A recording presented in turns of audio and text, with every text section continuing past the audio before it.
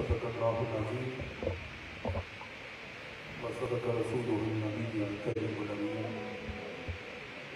ونحن علی ذلک لمن الشاہدین والشاکرین والحمد للہ رب العالمین ان اللہ وملائکتہ یصلون علی النبی یا ایھا الذین آمنوا صلوا علیہ وسلموا تسلیما اللہم صل علی سیدنا ومولانا محمد وعلى آل سيدنا ومولانا محمد وبارك وسلم عليه صلاة وسلاما عليك يا رسول الله وعلى آلك وأصحابك يا إمام الأولين والآخرين.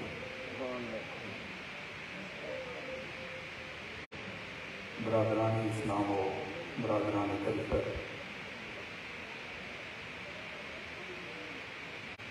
علماء ملت اسلامیہ اور مشائخین دین احترام و احتشام، بالخصوص حضرت علامہ صاحبزادہ خلیفہ غلام گیلانی صاحب، جناب پیر سید اشتیاق حسین شاہ صاحب،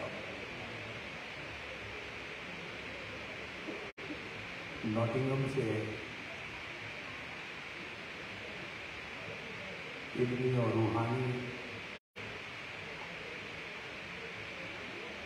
ماحول کا حسین مستقبل جناب محمد بختیار حیدر پیرزادہ صاحب، جناب خلیفہ محمد ریاض سمدانی صاحب، جناب پیر محمد اویس اویسی صاحب اور ثناء اللہ صدیقی صاحب، آج کے اس پروگرام کے میزبان مکرم حضور شیخ العالم اور حضرت پیر محمد کرم شاہ الازہری رحمۃ اللہ تعالیٰ علیہ کے پیغام کو خوشبوؤں کی طرح تقسیم کرنے والے حضرت علامہ خلیفہ محمد اعجاز مدنی علی نقشبندی صدیقی چیئرمین نور النگار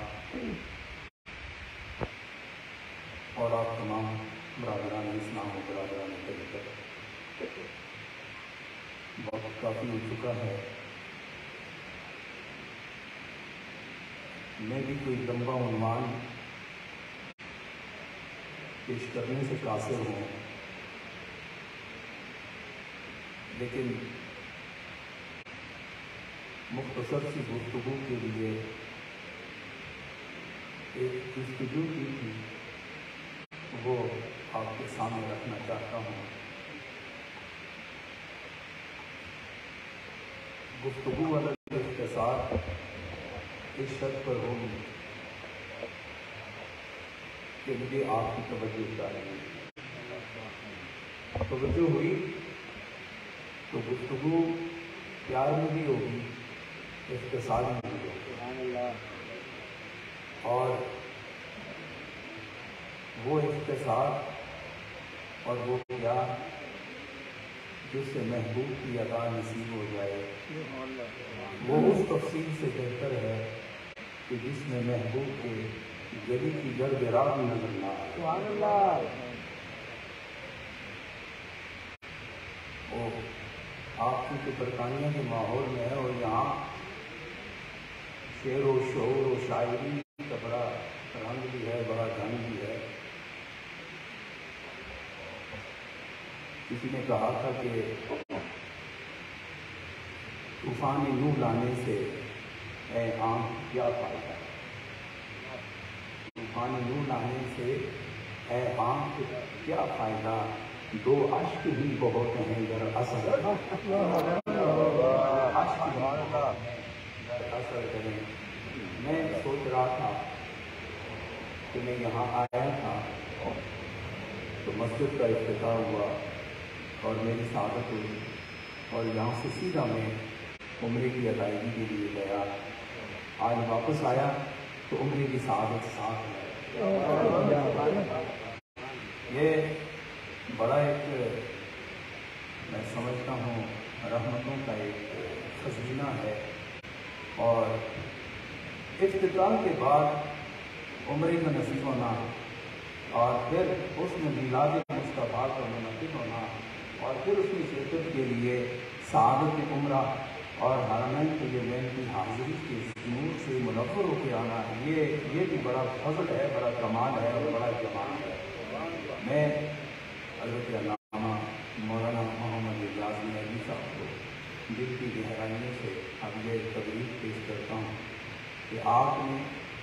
مسلکی اشاعت کے لیے اور اہل سنت و جماعت کے سرحدوں پر پہرےداری کے حقوق کے لیے جو کارہائے نمایاں سے انجام دیے، اور یہاں آج جہاں گاڑیاں ٹھیک ہوتی ہیں وہاں آج اندر کی دنیا اور اس کا انجن اس طرز پر درست ہو رہا ہے کہ جب بھی یہ گاڑی روح کے چلے گی یا در خدا ہوگا یا در مصطفیٰ۔ تو اللہ اس سلسلہ خیر کو صبح قیامت تک سلامت رکھے، اور آپ تمام کو، علماء کو، خفیہ کو اور بالخصوص نور الہدا کی تمام روحانی جماعت کو دل کی گہرائیوں سے عطیہ تبریک پیش کرتا ہوں۔ میں نے ایک آیت پڑھی ہے اور بڑے اختصار کے ساتھ آپ سے گزارش کر رہا ہوں کہ اللہ نے ارشاد فرمایا محمد الرسول اللہ، کہ محمد اللہ کے رسول، یہ توجہ چاہوں گا، محمد اللہ کے رسول ہیں، سارے بولیں گے نا تو پھر یقین ہو جائے گا کہ ہمارا ایمان حضور کی رسالت پر بھی ہے،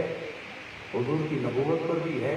اور حضور کے ختم نبوت پر بھی۔ سبحان اللہ۔ محمد الرسول اللہ، کہ محمد اللہ کے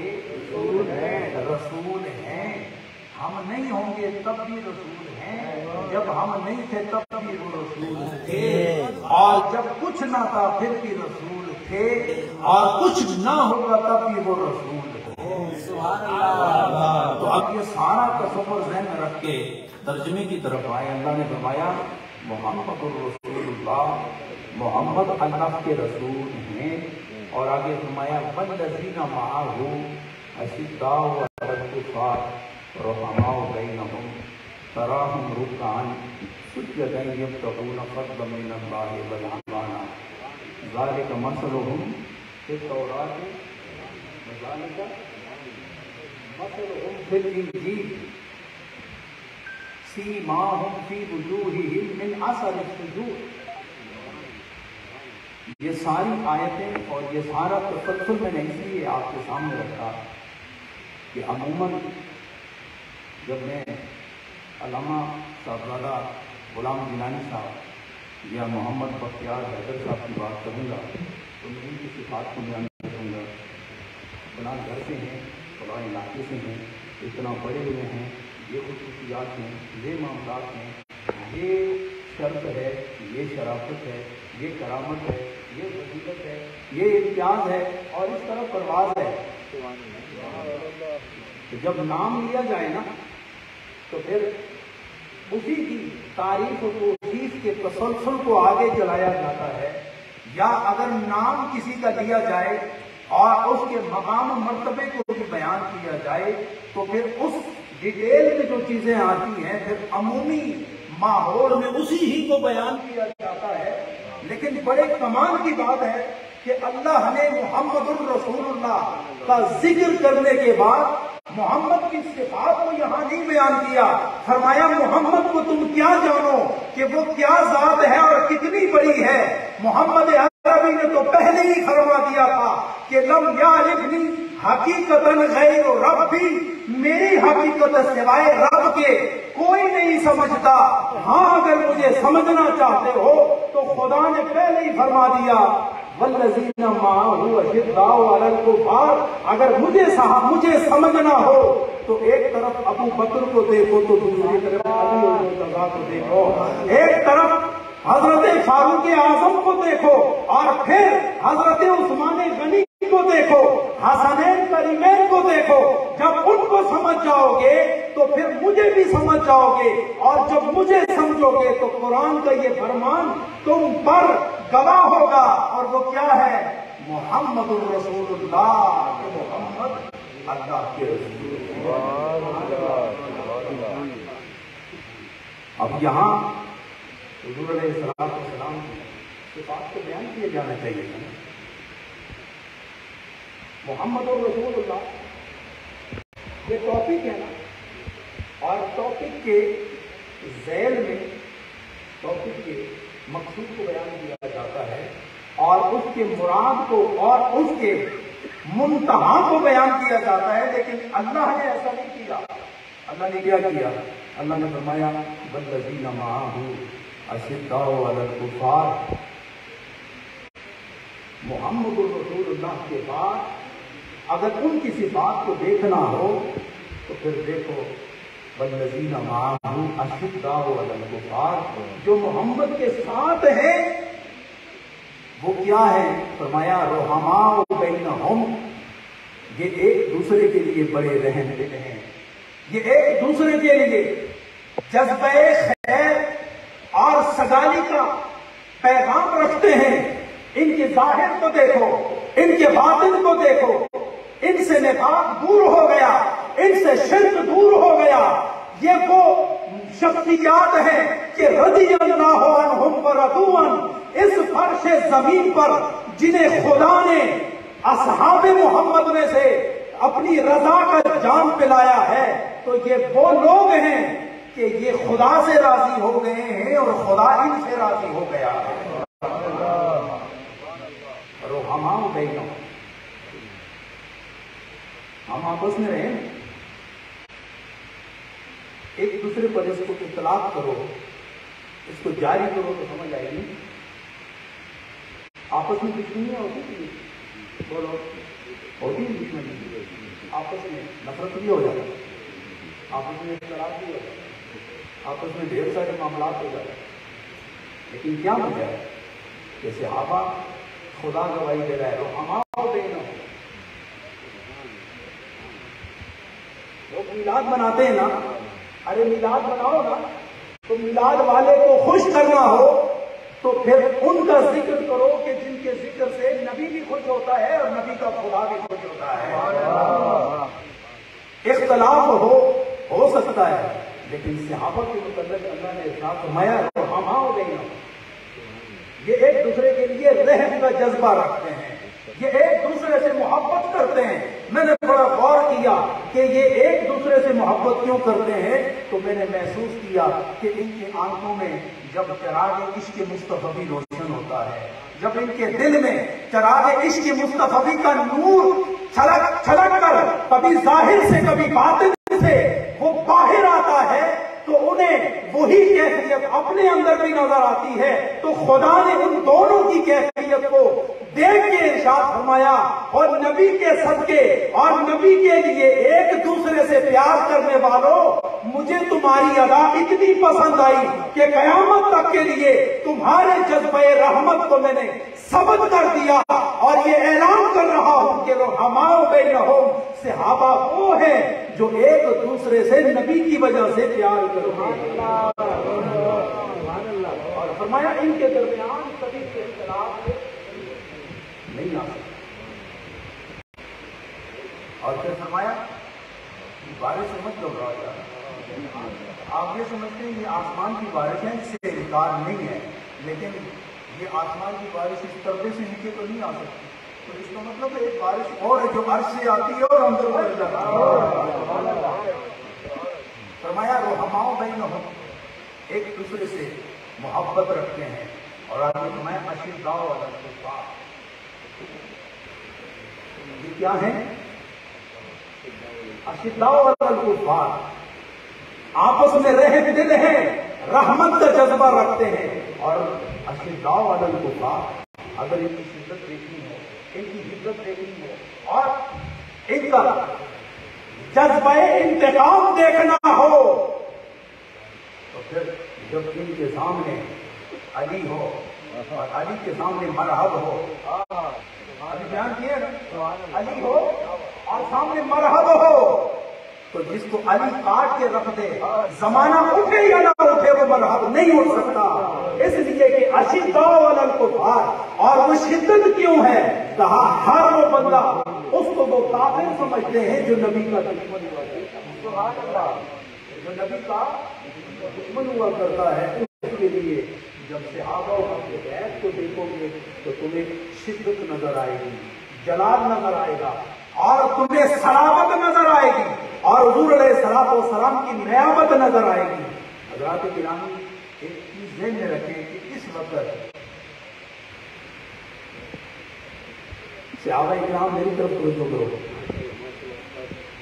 صحابہ کرام کی کتنی صفات ہیں، کمال کی، جمال کی، جلال کی اور نوال کی. جمال، کمال، جلال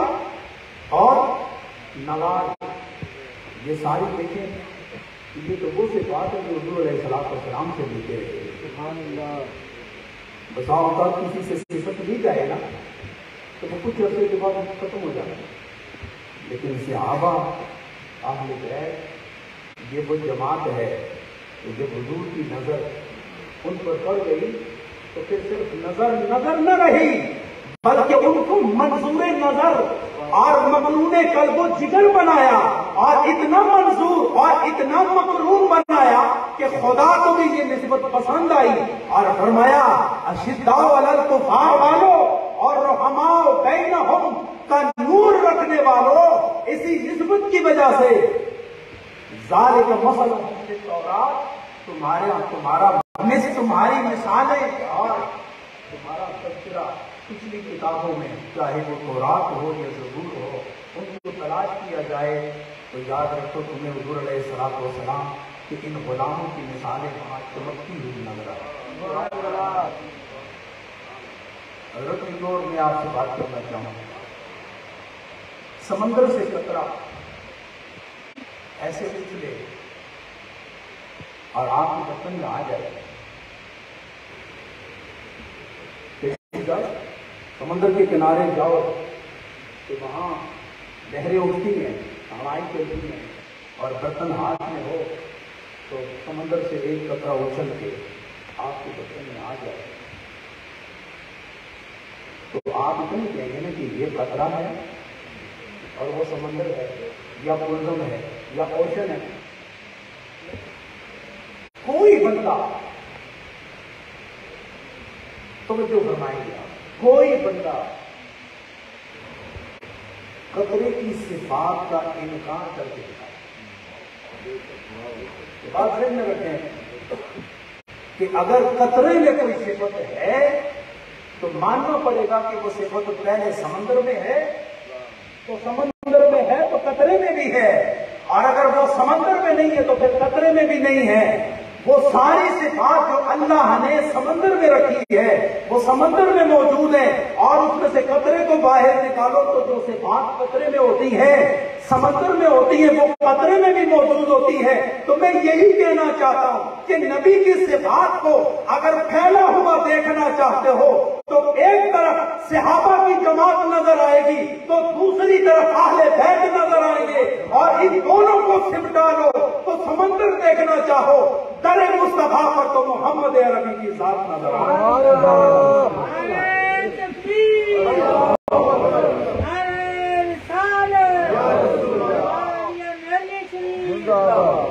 اس لیے ہمارا عقیدہ اہل سنت یہ ہے کہ ہم صحابہ کے بھی غلام ہیں اور ہم آل رسول کے بھی غلام ہیں. ہم صحابہ کے بھی نوکر ہیں اور ہم بولو اہل بیت کی غلام،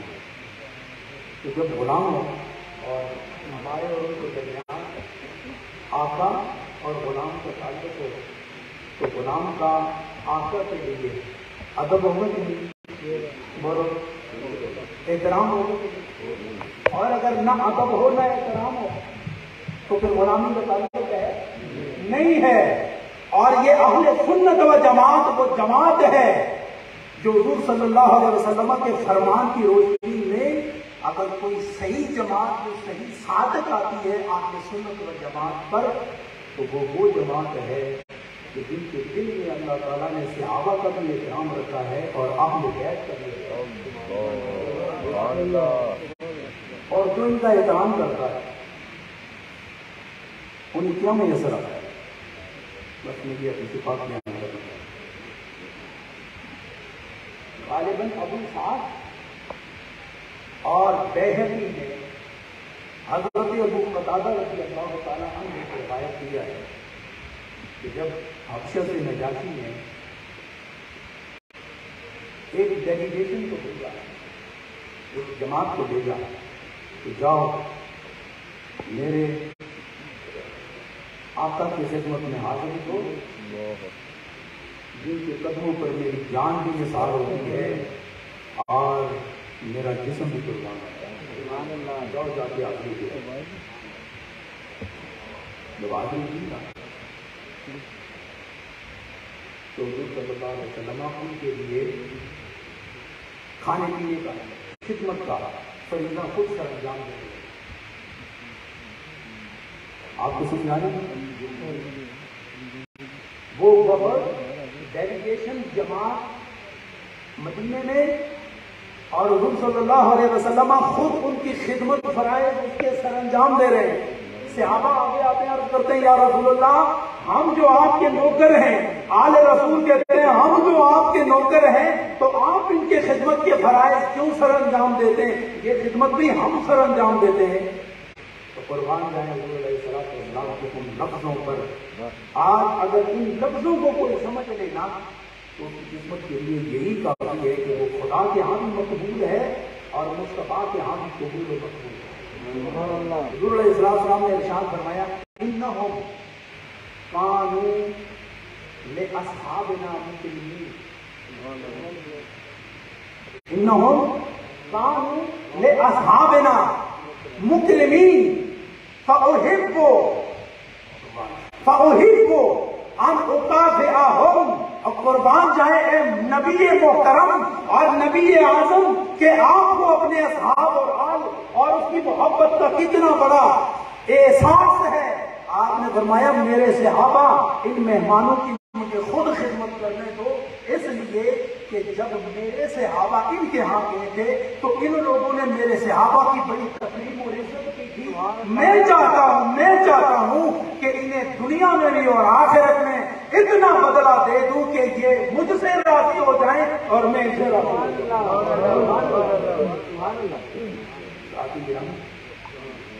یہ وہ ساری جماعت ہے جو اہل بیت سے بھی اور صحابہ سے بھی محبت کرتے ہیں اور ان کا احترام کرتے ہیں، ان کا اکرام کرتے ہیں، ان کے شان میں بے ادبی گستاخی نہیں کرتے۔ تو پھر تمہیں ماننا پڑے گا کہ یہاں احترام کرنے والوں جب قیامت میں جاؤ گے تو اللہ سے اتنا ہی ہوا باری تعالیٰ یہ وہ لوگ ہیں جو میرے صحابہ کا احترام کرنے والے، میری آل کا لحاظ رکھنے والے تھے۔ آج میں چاہتا ہوں کہ ان کی شفاعت میں اپنی زبان، اس لیے اہل سنت و جماعت وہ لوگ ہیں کہ جن کو شفاعت کا اعزاز حاصل ہوگا کہ حضور ان کی شفاعت فرمائیں گے۔ اور شفاعت کا سبب میں سمجھتا ہوں جہاں محبت رسول ہو وہاں صحابہ و اہل بیت کی نسبت اور ان کا اکرام بھی اس کا سبب ہوگا۔ تو اللہ تعالیٰ ہم سب کو اہل سنت و جماعت کے عقیدے پر قائم رکھے، اسی عقیدے پر جینا